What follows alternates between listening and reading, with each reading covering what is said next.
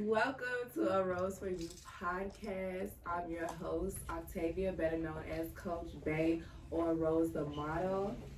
And I am Chantel. Thank y'all for tuning in. Yes. Okay, so first of all, y'all, we gotta break the ice. This is the first podcast, like live or video podcast of A Rose for You, and so we are super excited. Okay, shout out to Asher Lee Radio for having us here. It's awesome. Love this place. Love the environment. You have anything you want to say?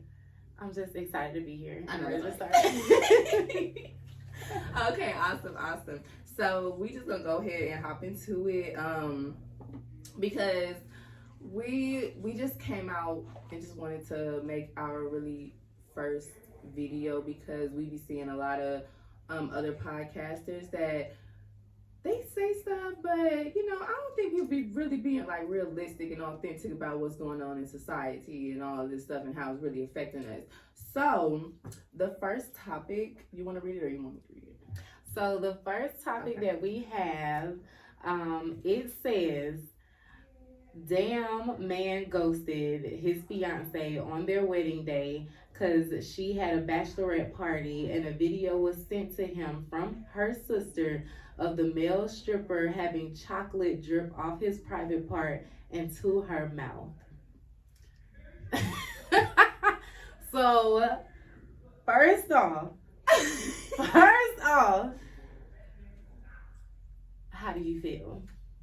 How would you feel, Chantel, if your husband had a bachelor party, Chantel, and he got some chocolate dripped off of a stripper's private area, whether it's her boobs or, the other private part, into his mouth?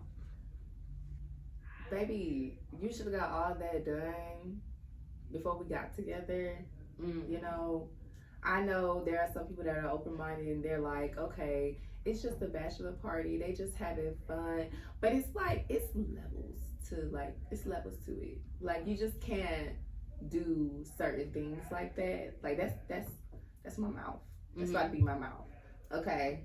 So it's like, and then it's like your private part, and the woman, she ain't got no thing. So it's like, it's so this what close. Even if it was her boob, chocolate dripping off her boob, he better find another groomsman, somebody else.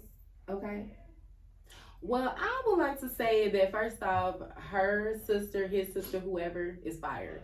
Oh yeah. Because why are you even sending this video to your future husband or wife or whoever the case is? She hating bad. So if it was, say for example, you're getting married, I'm your sister. How would you feel if I sent that video to your husband? I'm calling mom. Straight up, I'm gonna call my mama first, because I'm gonna probably go to jail. Because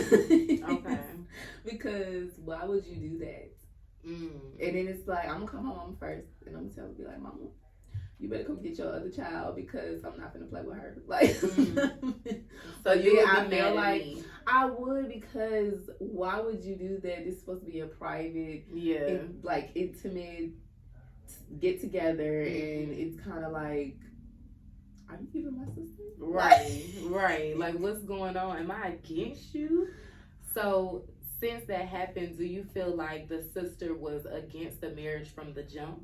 I don't think she was against the marriage. Maybe I kind of think that the sister, because it's like, maybe she was coming from a good place, because it's like, maybe she liked the guy for her, and it's kind of like, look, this is the woman you're about to marry. Like she's not kind of in this, or she was looking out for the marriage, maybe. But me personally, I just feel like, or I believe that it's just, it's family code. They got sister code, they got family code, they got bro code.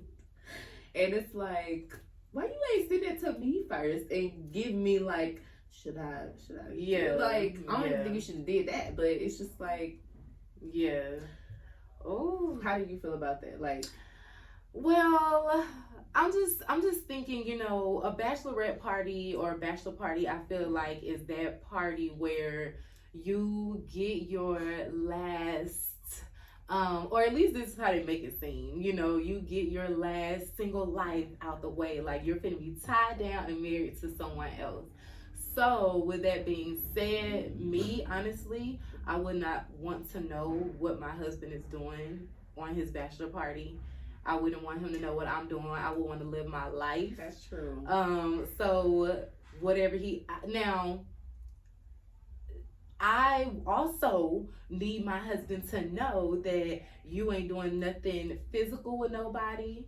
So I don't. Hey, if you don't want me to do it, then you shouldn't do it. That's how I feel. But when it comes to the private part, dripping the chocolate, you know, into someone's mouth, I don't know. Like if it's me, hold on. I'm about to bypass this because I know you lying to me. So if you telling me if it's me in my bachelorette party and I have a male stripper and that's what he's doing for the show, and I'm the bride naked for one, okay? Who? The strippers, girl. Even if they are, I mean, isn't anything that you come across is really random until you get to know that person anyway. So a stripper, this is what they're doing as their job.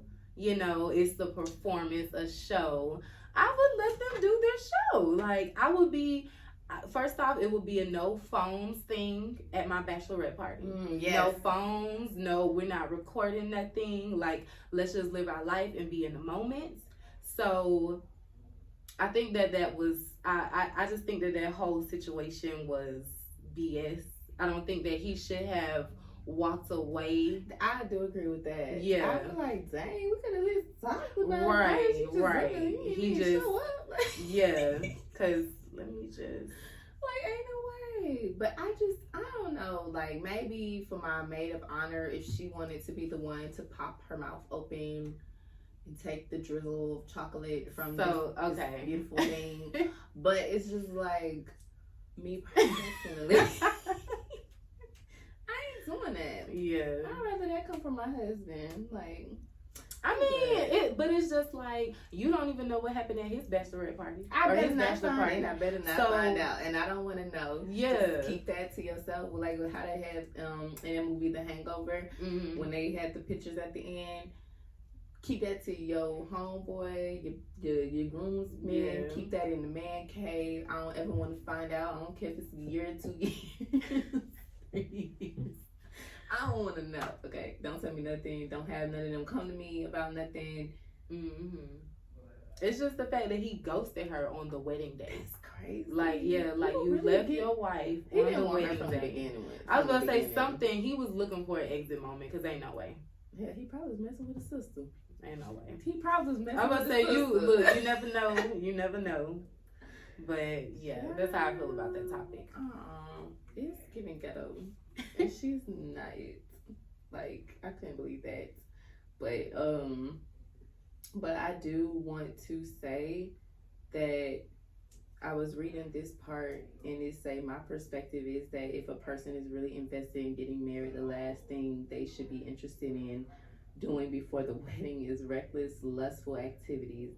I always found it odd, act of group thought / sheeping. So what are you even saying? How people choose wild shit before weddings. So how you feel? Because I don't know, when you think about a wedding, you're finna be married to this person for the rest of your life. But why I gotta stop doing these fun activities before I get married? Why I can't do that for my entire life? Right. Like, who said we need to have a bachelor party and it's gonna be wild and it's the last time you can it makes marriage sound so depressing because it's like I gotta do all of this before I get married, because when I become a married person I can't do the things that I was doing before. And it's like, people are married and they still go out and have fun, they still go out and do wild things. So I just don't understand this bachelor part. I don't understand the labels like in society, and that's a topic too. The labels that's what's killing me. I don't know what to do with that. I'm trying to think about how I feel.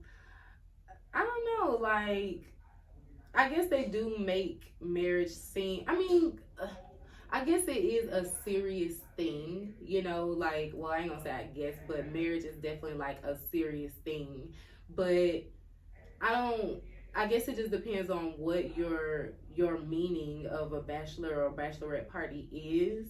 You know, like, what does it signify for you? Because for me, it's just like, get lit. Yeah, like, let's just have fun, let's have a good time type of thing. But like, some people take it to the extreme, but you know, everybody's like their own individual person, so it's kind of like, what does it signify to you individually? Kind of, I guess, like, sets the boundaries and the tones for your like bachelorette party or your bachelor party. I don't want nobody sloppy there. I don't want nobody sloppy there. I feel like but they your friends. No. You know your friends. I do know them, and that's why they ain't gonna be sloppy like that. Yeah. Because one thing I don't want to do is I would take care of you, you know, because I don't want nothing to happen to you as a friend or whoever. If we hanging out, I take care of you. However, we are grown. I don't need, because I've been the wild one. And I'm saying this because we've been out and I've gotten like, I've been drunk and gotten an Uber and like and left everybody, and I'm just like, where you at? I went home, y'all. I went home, child. But it's like that, and it made me think about myself as far as like growth, because now it's to the point where I'll get drunk and stuff, but I ain't finna be like just like toe up like I normally would be, because I feel like even in, I don't know, it's like I can become drunk, but like I still have like I'm real big on my surroundings. Like anywhere we go, you already know I be scoping things out. I be observing everything. So even though stuff like that happens and I feel like I'm divinely protected, I still gotta stop doing it.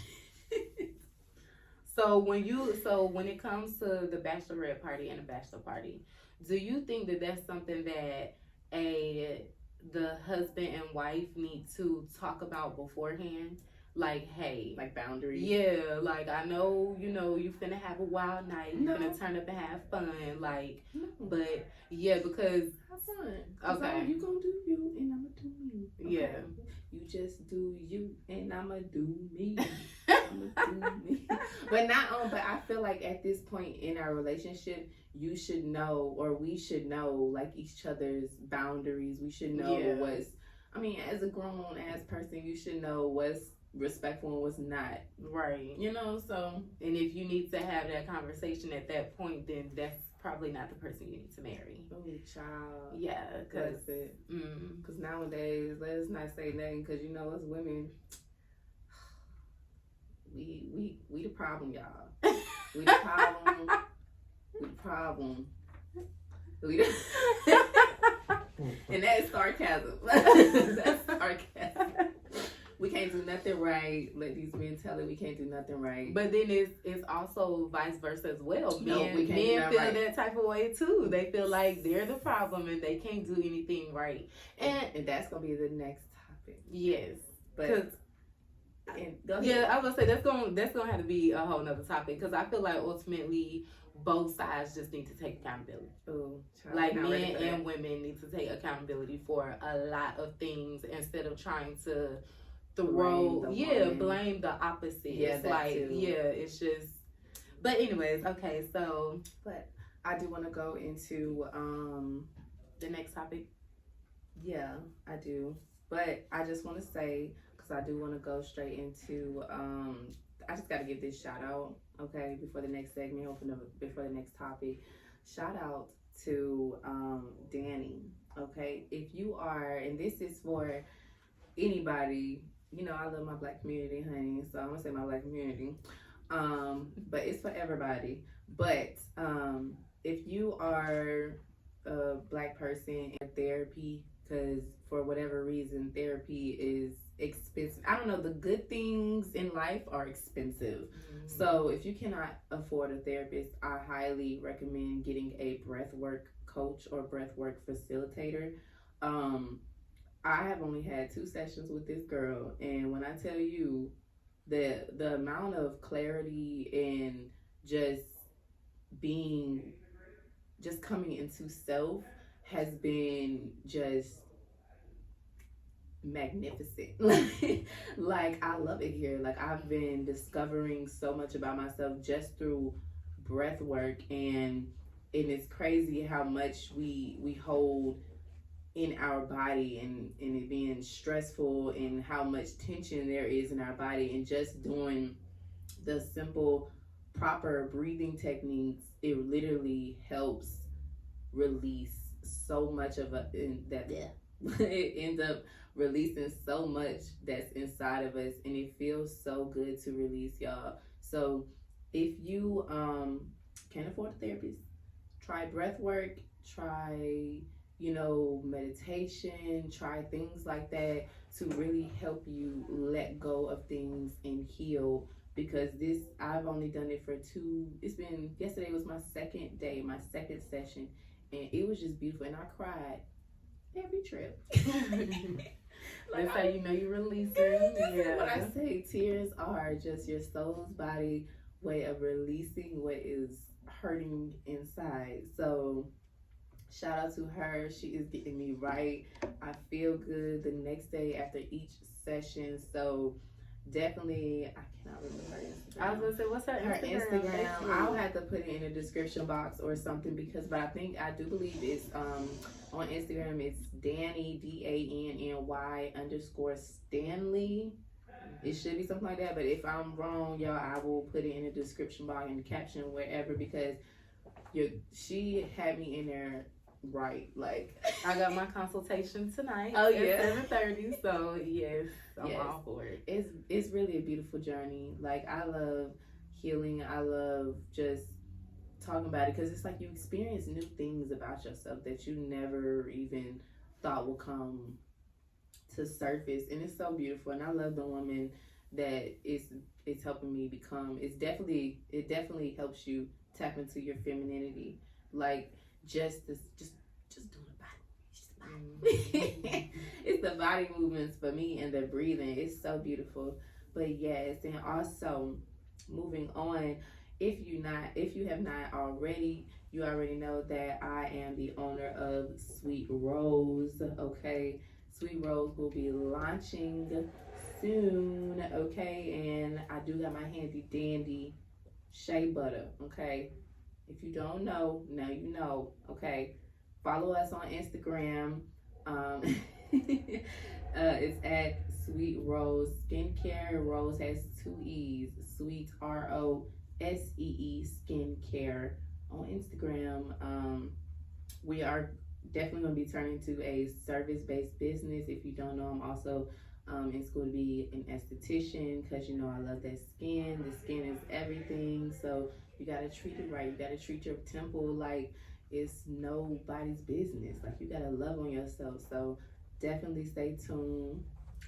And since we're doing shout outs, I just want to say, go ahead and follow my Instagram at Chantel_Dream_. I am a realtor investor. I also model a little as well. I'm going to school for fashion design. And yes. I also have a YouTube and a podcast channel as well at LMD University, and we talk sex education, we talk wound healing, and we talk mental health awareness. So definitely tap in, tune in, because we got great things going, okay? Yes. Okay. Going to the next topic. I want y'all to listen to this. Hopefully y'all can be able to hear this, because that's of a certain caliber, he's gonna have way more options, as far as serious options, than that woman is. And that's just the reality of the situation. So scarcity makes him the prize alone. How many women can underachieve and still get 20 chances from a man of that type of caliber. But let me ask that same question reverse. How many men of that caliber can underachieve in terms of what he delivers, his effort, his energy, his time, underachieve, and still get 20 chances to make it right? All of them. A lot. Scarcity and leverage speaks to what the prize is. But again, when you meet the right person, y'all both are the prize. But until then, it's the man. Comments. You gonna say some of the comments? No, I was saying got comments. So I love cruise season, y'all. I love. I'm gonna just say that first and foremost. We love cruise season. Yes, they are some great mature men. Well put together. Yes, mentally. Yes, beautiful. However, the problem that I'm having with this "men are the prize" is the label for me. It's the labels in this society has the world messed up altogether. You know, I feel like when it comes to this prize thing, it's not whether men or women are the prize, because I feel like both are the prize. You know, ultimately us as men and women, we balance each other out. So when you say men are the prize, you're putting this comparison to women, or you're putting women down in a sense, and I don't think, you know, he intentionally was. I think he's more so, you know, just standing up for men in a sense, you know, but I feel like ultimately both are the prize, you know, men and women. And I don't agree with the fact that scarcity and leverage makes you a prize. I feel like your characteristics, who you are, how you carry yourself, your growth makes you a prize. And that's just, that's how what is the prize? That's what is the prize? Like, why is men a prize and women? Why do you have to be labeled like as a prize? Why is there like competition with everything? Is the thing. Yeah. Like, why can't you be a prize, you handsome devil you, and you can't be a prize? You can be a prize, you beautiful queen you. We're all prizes. We're prizes. We're all prizes. I don't get it. And even when he said something about having options, okay, you can go about your options, and I'll turn the other cheek and go about my options. You know, I don't think options determine if you're the prize or not. And to be honest with you, I think when you have too many options, I think it's something wrong, honestly.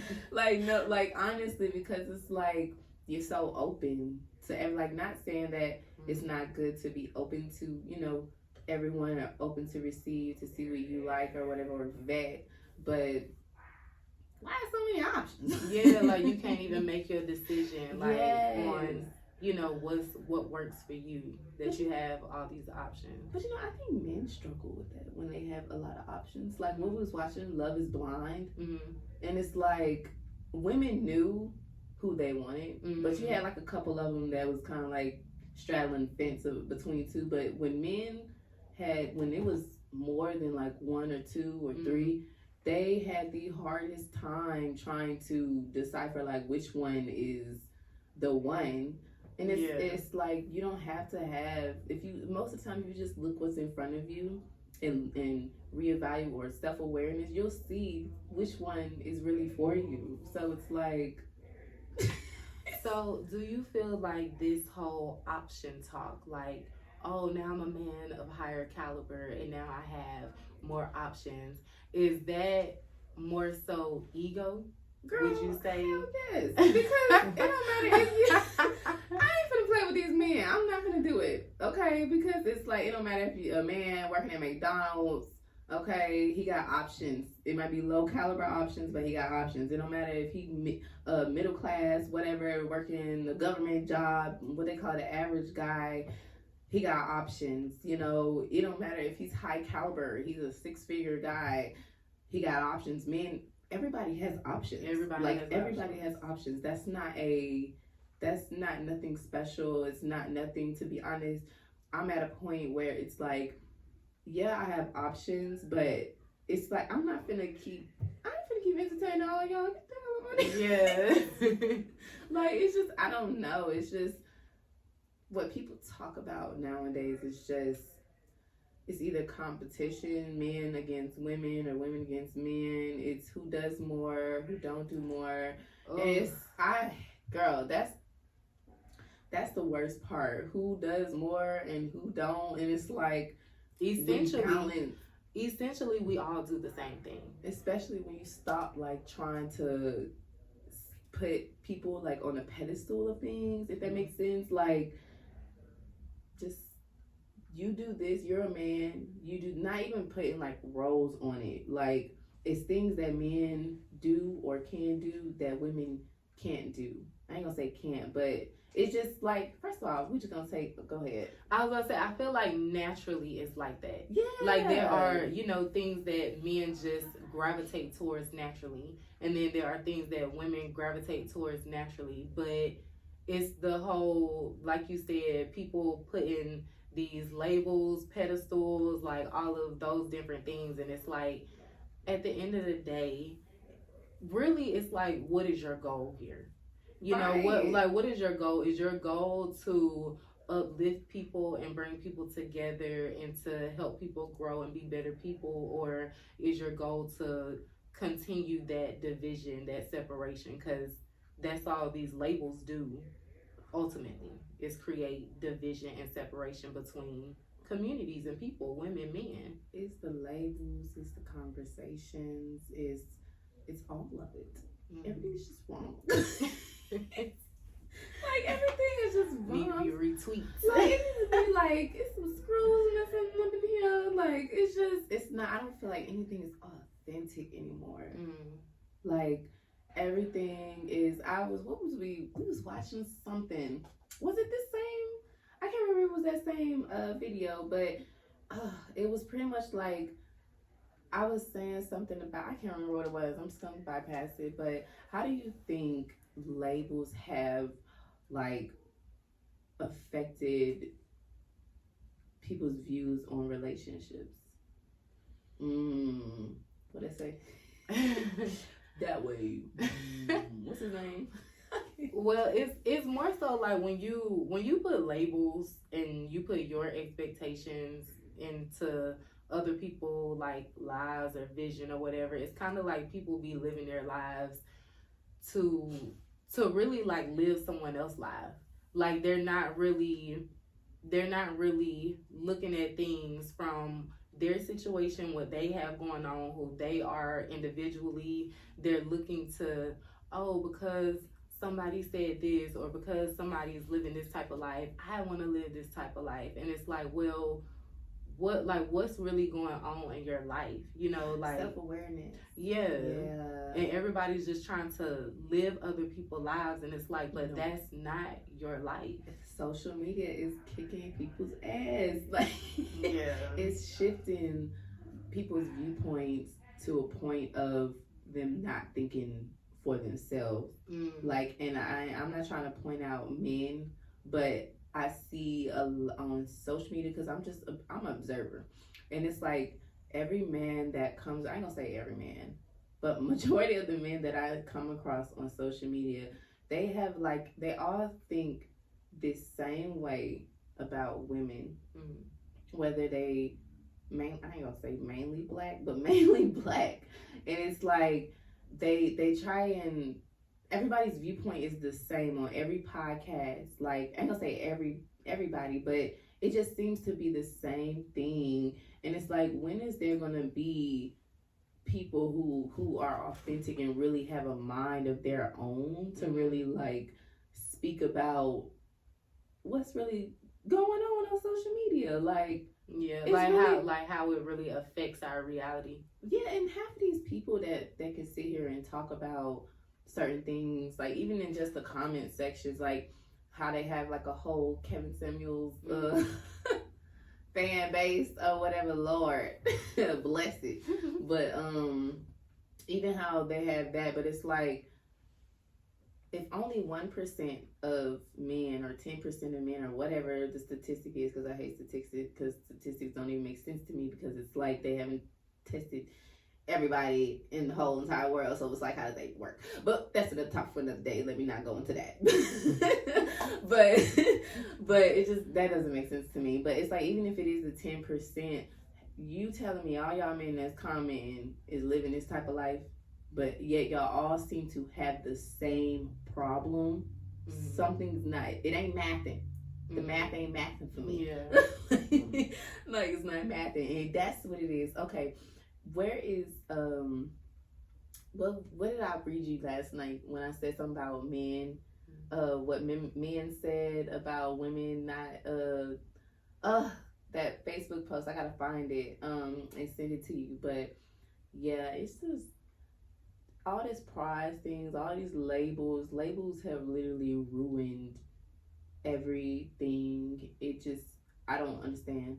I don't get it. And it's like, I don't understand how people don't understand how everything, how like social media, TV, the radio, your environment affects you. Like, it affects you as a person, because you start to, even if consciously you're making the decision like, I'm not going to be like that, subconsciously, if you continue to listen to things that you don't really agree on, or you continue to listen to things that are disrespectful to you, the opposite sex, or whatever, you're going to, by nature, I feel like, absorb that energy. Yes. Like, and you're gonna become what you really aren't. And that's the thing. A lot of people here in the world are things, or have become who they really aren't. And then it's like, because they be like this.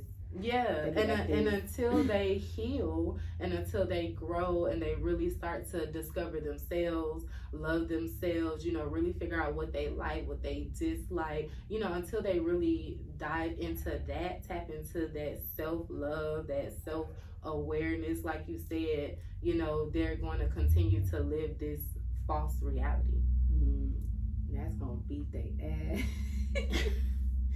But this is the post I was talking about, okay? Because I was like, wow, this is the best thing I've ever heard in my entire life at this moment in life. Okay, it's saying, men say, if you got finessed by a broke dude, that's your fault, pick better. Women say, okay. Women set expectations and boundaries in her dating life. Men start to say, all you women care about is money. What do you even bring to the table? Women say, okay. Goes back to school and builds up her career. Men start to say, yeah, you got degrees, but you ain't got no man. Men get better with age while y'all age out and stay lonely. Women say, okay. Focuses on self-love and identifies her passions in life. Men say, oh, you must be bitter because you're single. Don't blame me because you can't keep a man. The math don't be mathing. Do what you want and stop trying to live up to other people's expectations in these hypothetical relationships. How do you feel about that? It makes me want to ask men, what do you really want from a woman? Because it's like if first off, a lot of men think that women want money. That women want material. You know who got them thinking that? I ain't gonna say no names, but society, social media, the everyday life, what the world has turned into. The Birkin. Everybody wants a Birkin bag. I don't want that shit. But it's like 9 times out of 10 when, and I'm a woman, so it's just like, this is just coming from a woman's perspective. So for example, I've come across a guy, and he is just an amazing guy. Like, he's just amazing, from how he carried himself to how he just, I guess like deals with me when we have like, when we're on the outs, just like in a mature way. Like, he's just an amazing guy, right? But when it comes to finances, he's not really there financially, like where he wants to be. However, me as a woman, I'm not looking to be with a man. Now it's cool, I get it, you know, like you want to be more secure as a man financially, you want to be able to do what you need to do, take care of what you need to take care of, blah blah blah. But as a woman, I'm looking for a man to treat me right. Yes. You know, like that's what people don't understand. Yeah. They that shit fly by their head. Like, treat right. What is treating right? Exactly. And for a man, in order to treat a woman right, it seems like they have to have this abundance of money. And it's like, well, I can go get my own money. You know, you got your own. Right. And it's like I can really even I don't know, like I'm not looking for money from a man. So what are you looking for? I'm looking for him to treat me right. Right. I'm looking for him to be a additive to me as far as my mental, emotional, and spiritual growth. So like support. Yeah, yes. Support, love, you know, attention, intimacy. Time. Yes, like that's what a lot of women are looking for. But for men, on their perspective, since they are, you know, the providers and whatever the case, yeah, you know, they have it in their mind like, okay, I need to have myself set financially in order to be able to give her everything that she wants. But who said that we was asking for that? And also on that note, why can't we feed each other spiritually, mentally, and emotionally, and grow together financially? Like, why can't we build that legacy together, or just build, not saying that we have to do everything together, but if I'm with you and you're with me, we shouldn't be stopping each other from taking care of our financial duties. Right. Like, even, you know, with you as a secure man and things like that, you should still be able to take care of your business, you know, take care of what you need to take care of, and still be there, be that support, be all of that, because I'm going to be that for you as well. Right. That was beautiful. Oh, that was. But honestly, who said that women wanted money? Like, what was we watching last night? What was that movie called? Something. Sorry Not to Bother You. Sorry Not to Bother You. And she was pretty much, when they got the fight in the bed, and she was just like, you know, I liked you before you had money. And it's like, it made me think, like, who decided to tell men that money is what will get us? Like, it's nice to have, it is, because, you know, of course, you like to do things. I feel like, I don't know, I'm from the country, okay? I got country family, okay, Mississippi, all of that. So it's like, I'm okay. And we grew up with, like, our grandpa was definitely, well, grandparents, parents, we had a good support system. Like, shout out to them. But but it's like, we grew up kind of like, it's nice, we know we can have those nice things, but it's like, we're good with just, like, if I could just move in the country, have me a nice house, it ain't even gotta be a mansion. Like, if I could have a room for all my kids, all four. Okay, all four. Or five.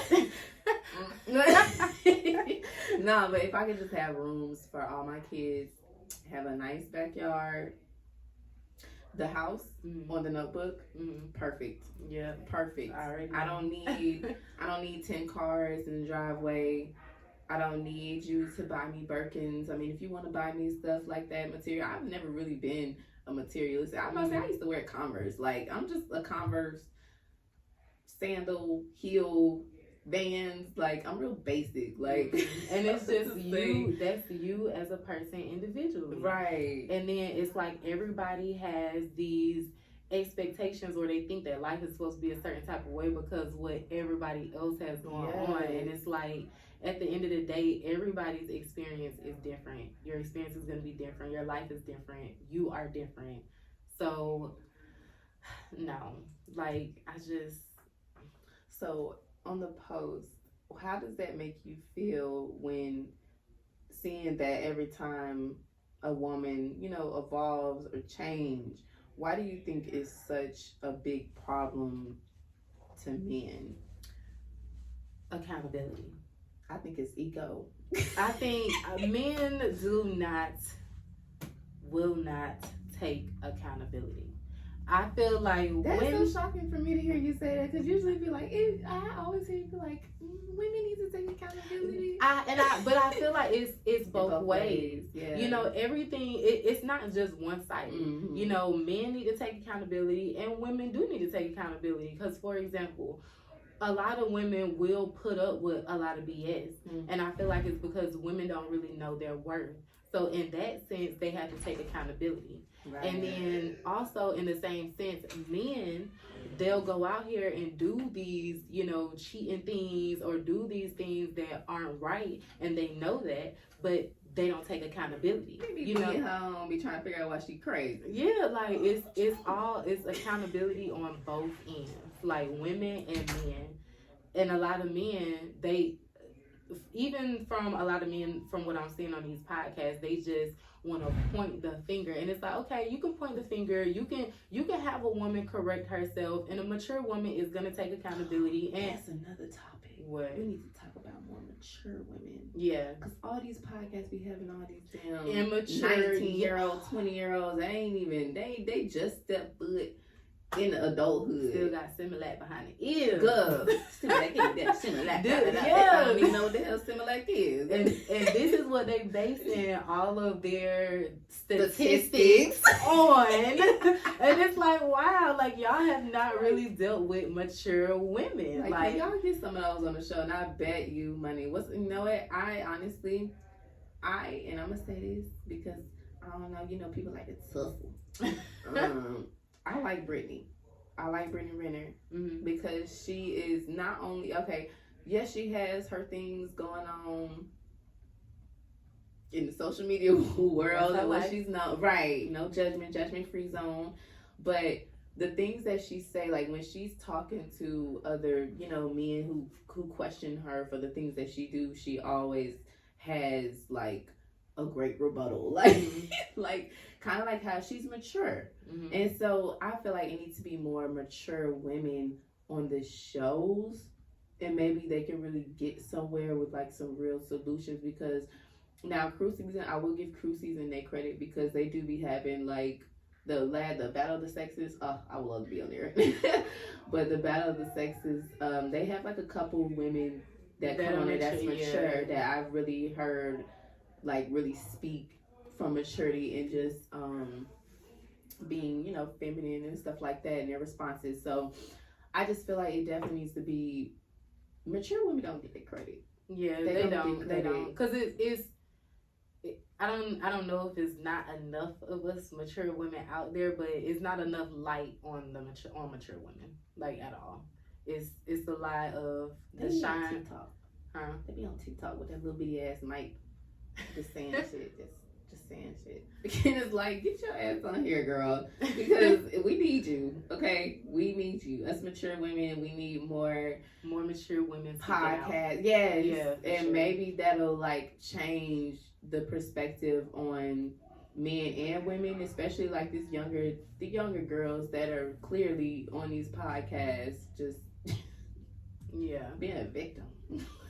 Girl, they out here making money off these immature ass girls. Y'all need to be starting. Y'all need to. If y'all really want to capitalize, y'all need to start having their ass sign a damn contract and period. Out of all that money and all these views they be getting, shoot, make you some money, honey.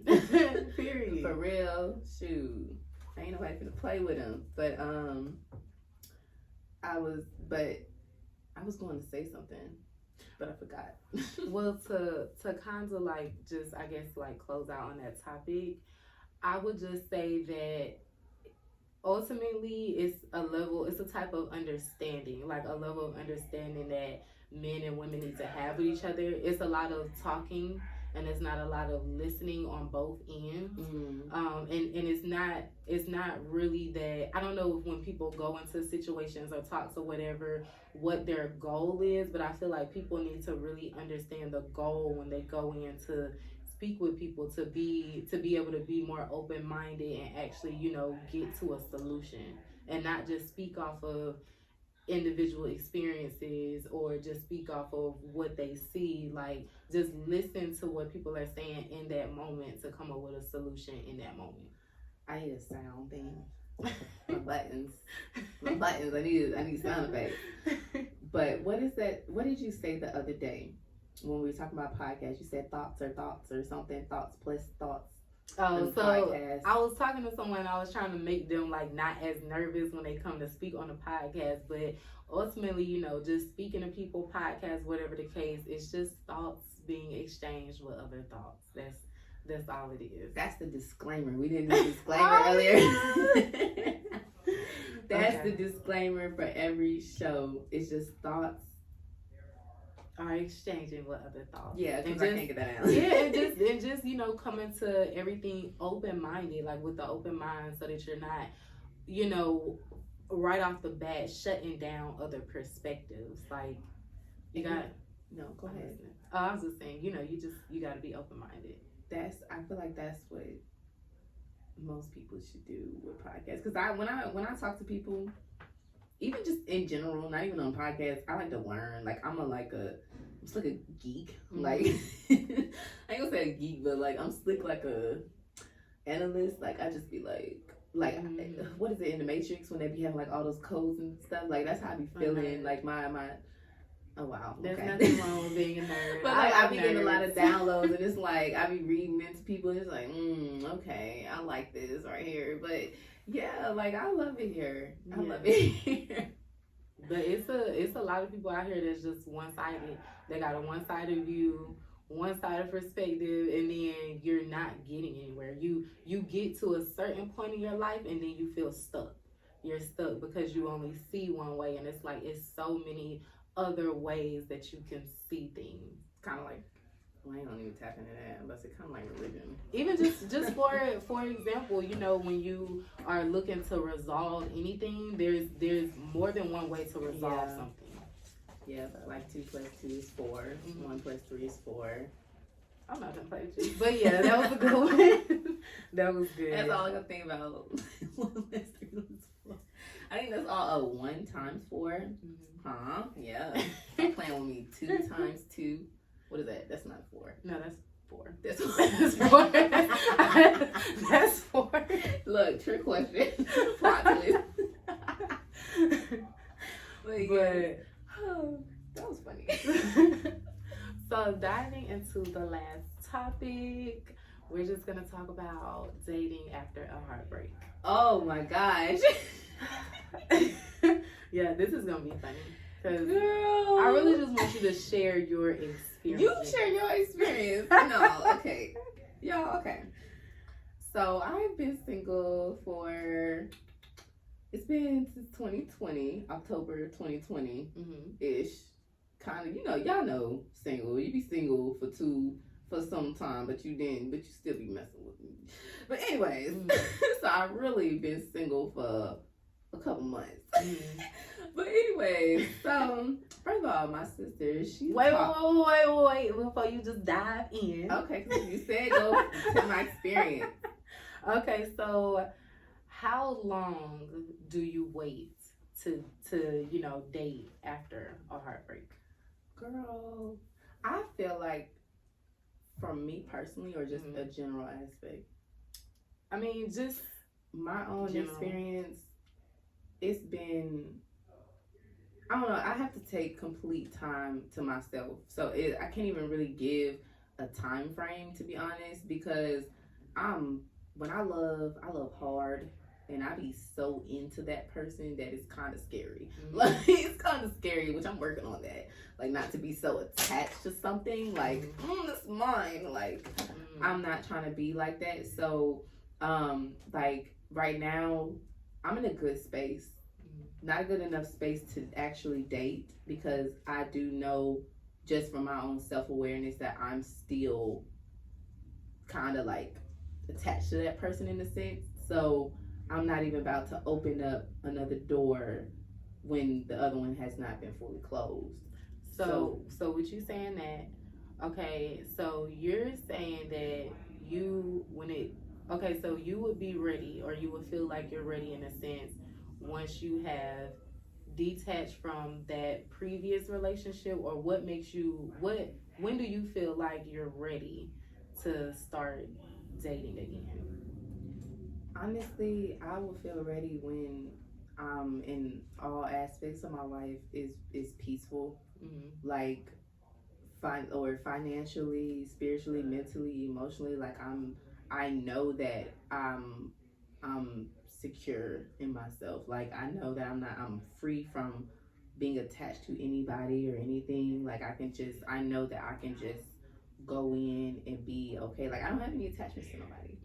So, and getting myself together, like on all aspects, is when I'm ready. So, because right now I'm not ready. Like I tried. I was just gonna say, so with you saying that you have this self-awareness about yourself, so right. You know that you're not ready to date.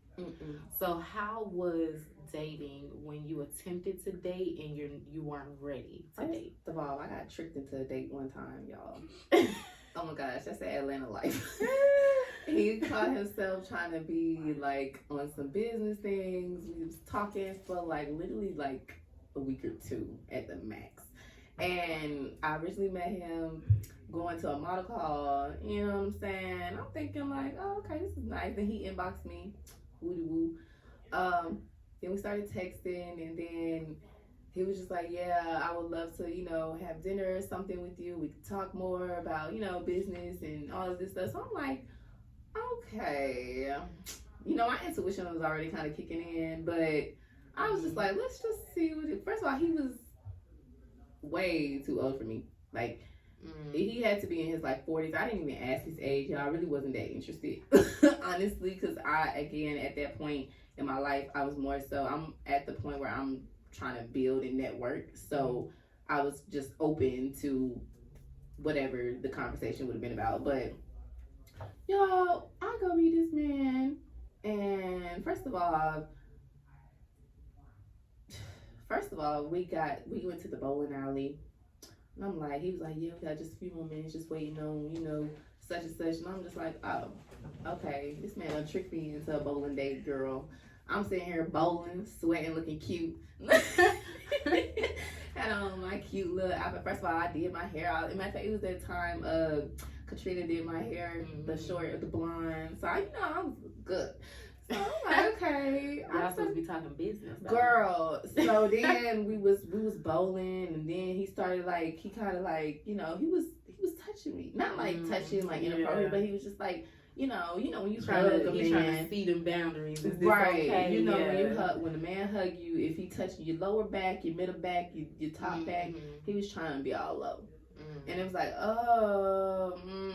this ain't okay. I see what's going on. That's when I realized, oh, okay, this is what's going on. So we did go eat at like a lounge or whatever, but the conversation was just like this kind of too how I knew that I wasn't ready, because the conversation that he was bringing up was about sex. And I told him at this point, I think at this time I just really started my celibacy journey, and he kept asking me about like, since I'm in my celibacy journey, am I still intimate? Like, do I still do hold hands? Do I still get to booty rub? And I'm like, bro, this ain't about business. Like, that's, and then I told him, I don't mix business with pleasure. Like, it's either, first of all, you're not getting pleasure, because for one, you're not my type, and two, ain't nobody getting pleasure right now. So,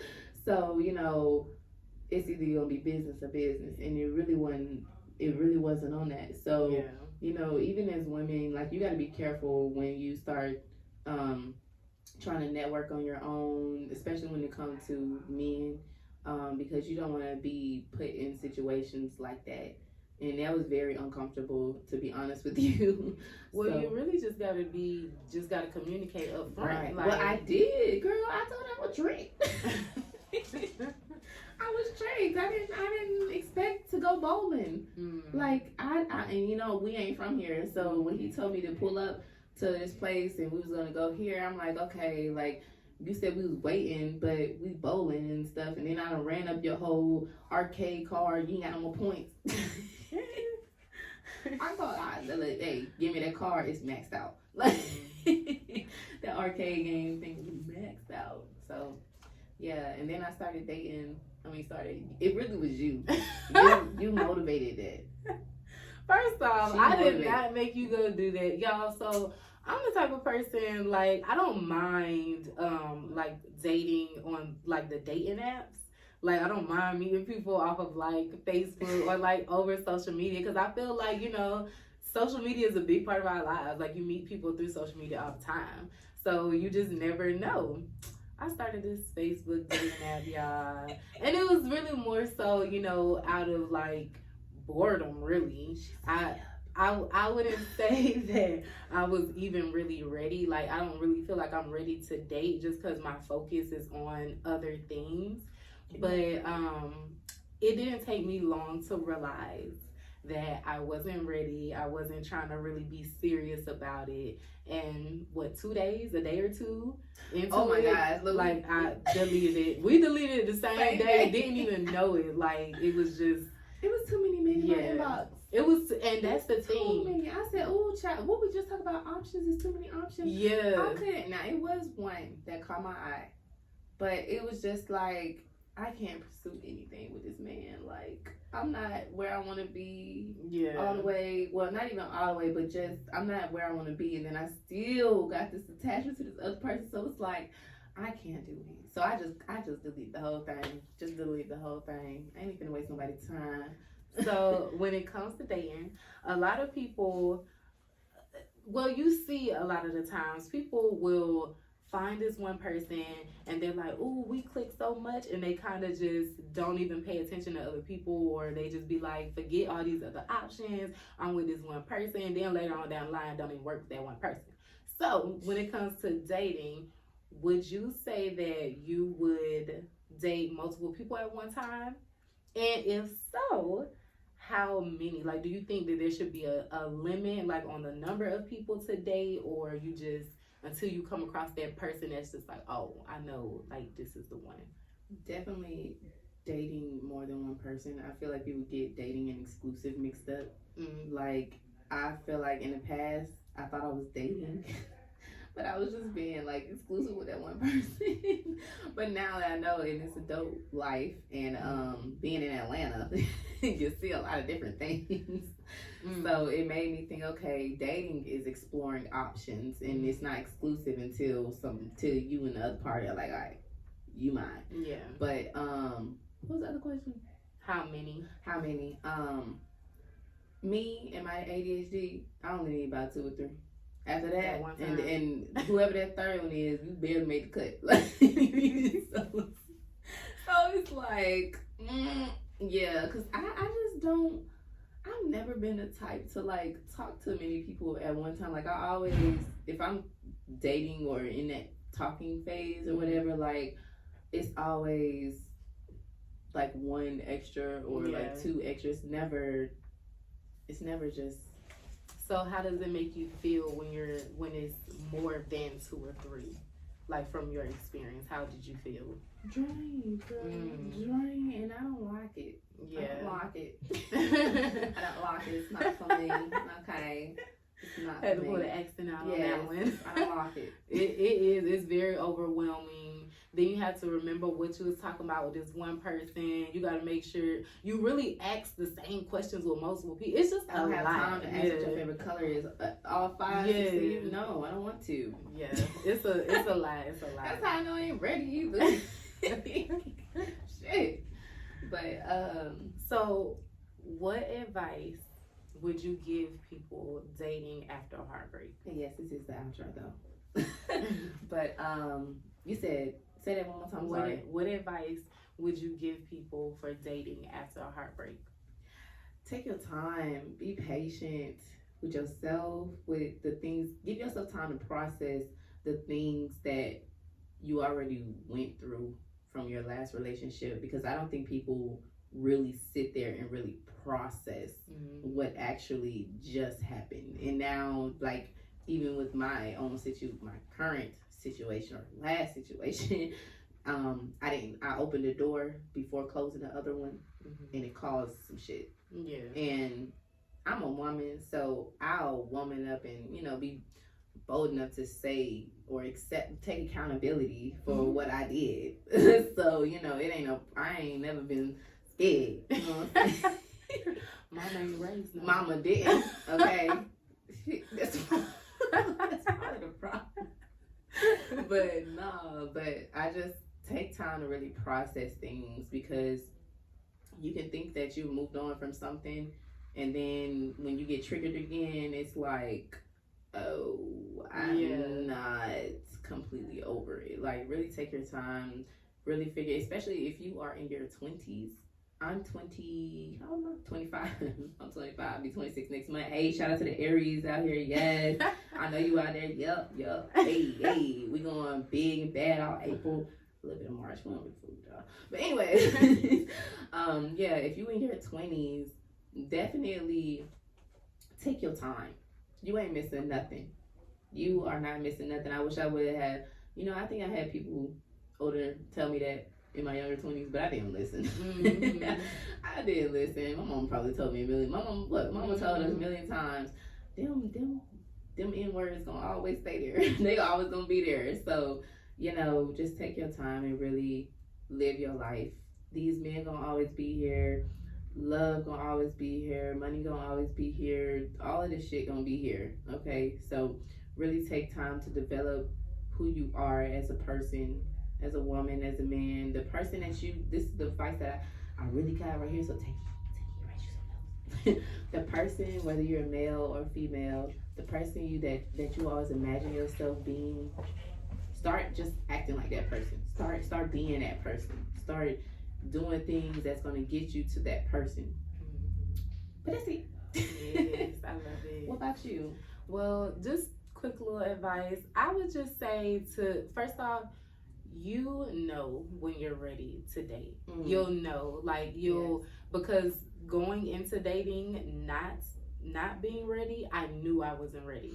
So it's like, you know, and when you're in that time, you know, while you're getting ready and preparing yourself to start dating again, like she said, be patient with yourself. Like, it's a process to start learning yourself and loving yourself and knowing your real worth, and just being connected with yourself is a process.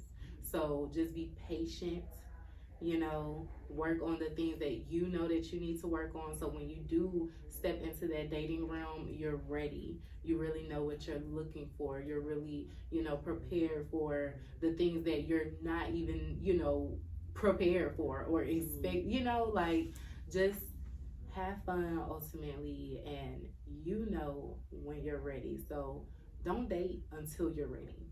And also understand that perfection is not real. Yes. I feel like a lot of people try and wait until their life is perfect, like all their ducks in a row is perfect, but perfect is an illusion. It's not real.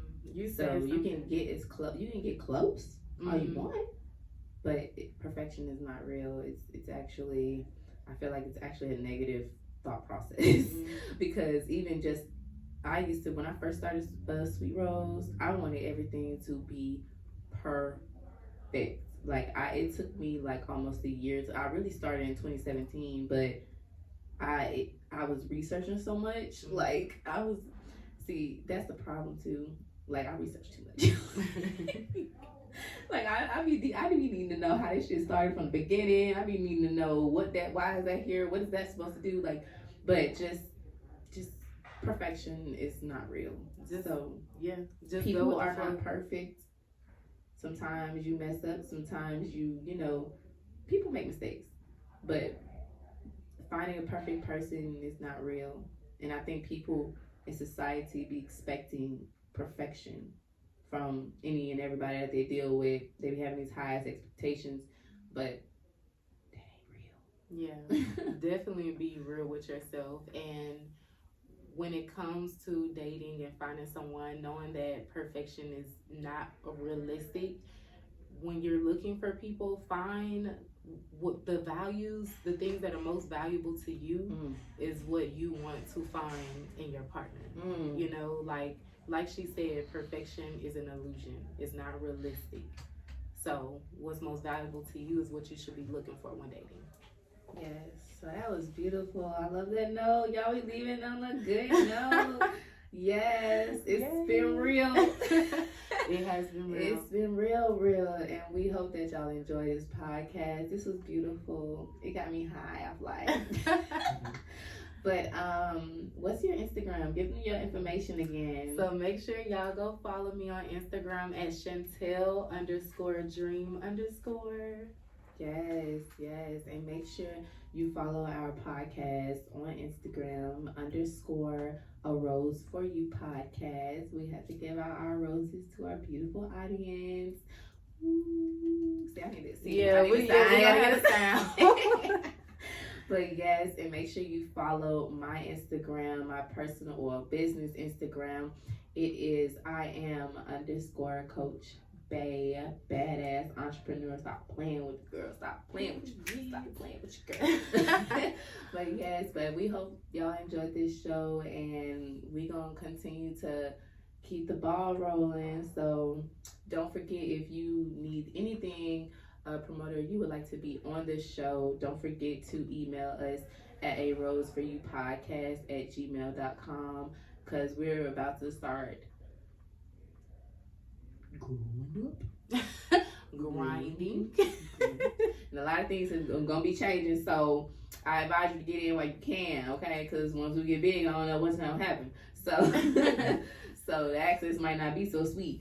So get it, sweet Rose. Yeah. Okay.